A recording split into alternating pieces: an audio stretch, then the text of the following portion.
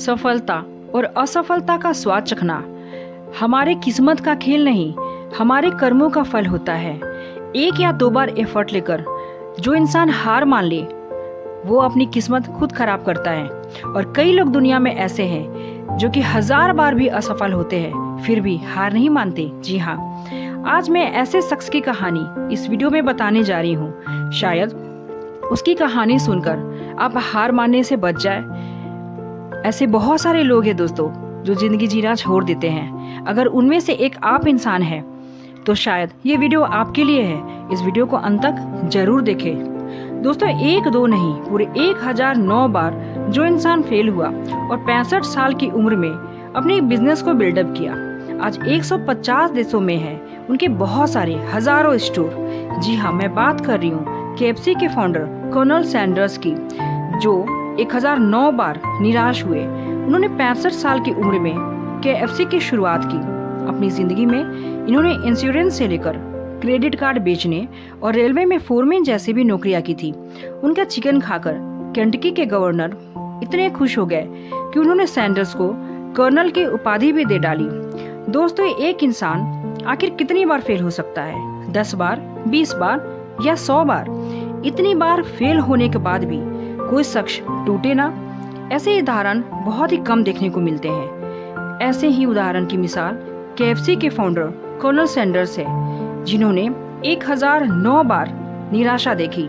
जिस उम्र में लोग रिटायरमेंट लेते हैं उस उम्र में इनका करियर शुरुआत हुआ। इन्होंने 65 साल की उम्र में KFC की शुरुआत की। दोस्तों, 7 साल की उम्र में ही ये एक अच्छे कुक बन गए। इसके पीछे कुछ रीजंस थी। कर्नल हॉलैंड सैंडर्स का जन्म 1890 में अमेरिका के इंडियाना में हेनरीविले में हुआ था।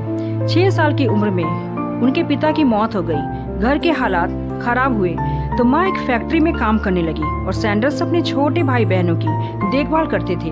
महज 7 साल की उम्र में ही उन्होंने अच्छा खाना पकाना सीख लिया था। 12 साल की उम्र में उनकी माँ ने दूसरी शादी कर ली। उनके सौतेले पिता को हॉलैंड सैंडर्स बिल्कुल ही पसंद नहीं थे, जिसके चलते वह अपनी एक आंटी के पास रहने लगे और एक फॉर्म में काम करने लगे। सैंडर्स उस वक्त 7 स्टैंडर्ड में थे और उन्होंने 7वीं में ही पढ़ाई को भी छोड़ दिया। इसके बाद वह तमाम तरह के काम करते रहे। सेना में भर्ती हुए लेकिन वहां से भी निकाल दिए गए। कुछ वक्त रेलवे में काम किया। करीब 19 साल की उम्र में उन्होंने शादी कर ली। रेलवे में काम करते हुए कुछ विवाद के कारण उन्हें रेलवे की नौकरी भी छोड़नी पड़ी, जिसके बाद उनकी पत्नी और उनके बच्चे भी उनसे अलग हो गए। अपने जीवन में उन्होंने और भी तमाम छोटे मोटे काम किए। कभी इंश्योरेंस बेचा, कभी क्रेडिट कार्ड बेचे, यहाँ तक कि टायर बेचने से लेके लैंप बनाने और नाव चलाने जैसे कई काम भी आजमाए। दोस्तों, सैंडर्स की जिंदगी 1930 में पहली बार पटरी पर आई जब उन्होंने केंटकी के कार्बिनम में एक गैस स्टेशन खरीदा। बहुत से यात्रियों ने उनसे कहा कि वह एक रेस्टोरेंट भी खोल ले।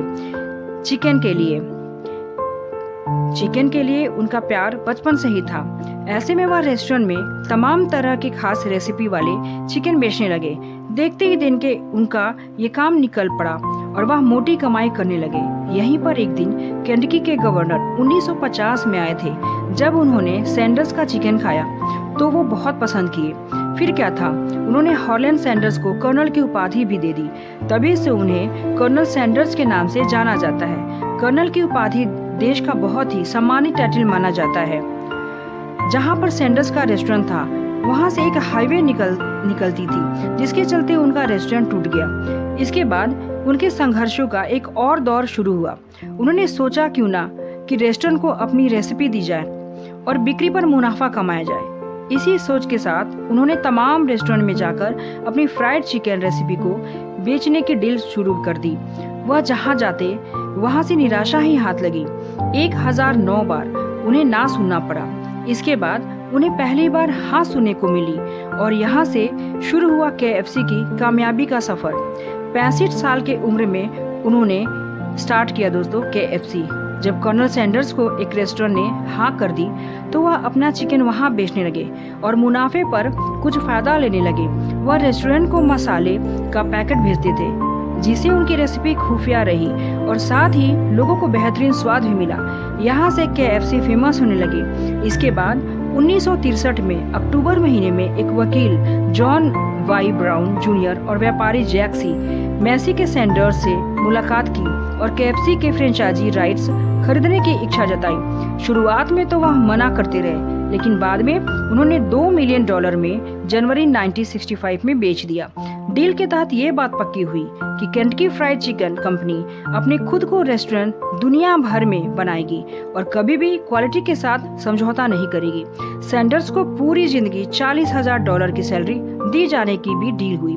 बाद में उनकी सैलरी बढ़ाकर $75,000 कर दिया गया। इसके बाद उनकी कंपनी रेनॉल्ड और पेप्सिको समेत कई हाथों में गई और अभी इस कंपनी का मालिक काना हक यम ब्रांड्स इनकॉर्पोरेशन के पास है। कर्नल सैंडर्स की मौत 1980 में 90 साल की उम्र में हुई। आज कर्नल सैंडर्स दुनिया में नहीं है, लेकिन केएफसी पर खास दाढ़ी और वेस्टर्न टाई के साथ उनका चेहरा आज भी केएफसी का चिकन खाने वालों को उन्हें भूलने नहीं देता। दोस्तों, आज के वक्त में केएफसी के 150 से भी अधिक देशों में 22,000 से भी अधिक स्टोर है। तो दोस्तों, इस कहानी से क्या सीखने को मिलता है? इस कहानी से सीखने को यही मिलता है कि कभी हमें जिंदगी में हार नहीं माननी चाहिए। लोग रिटायर होकर आराम करने लगते हैं, लेकिन उस एज में इन्होंने ऐसा कुछ करके दिखाया जो कि आज भी नौजवानों के लिए एक बहुत बड़ा एग्जाम्पल है और मिसाल है। तो दोस्तों, मैं उम्मीद करती हूँ कि आपको मेरी ये वीडियो जरूर पसंद आई होगी। अगर पसंद आई है तो मेरे चैनल को लाइक, शेयर एंड सब्सक्राइब जरूर करें। धन्यवाद।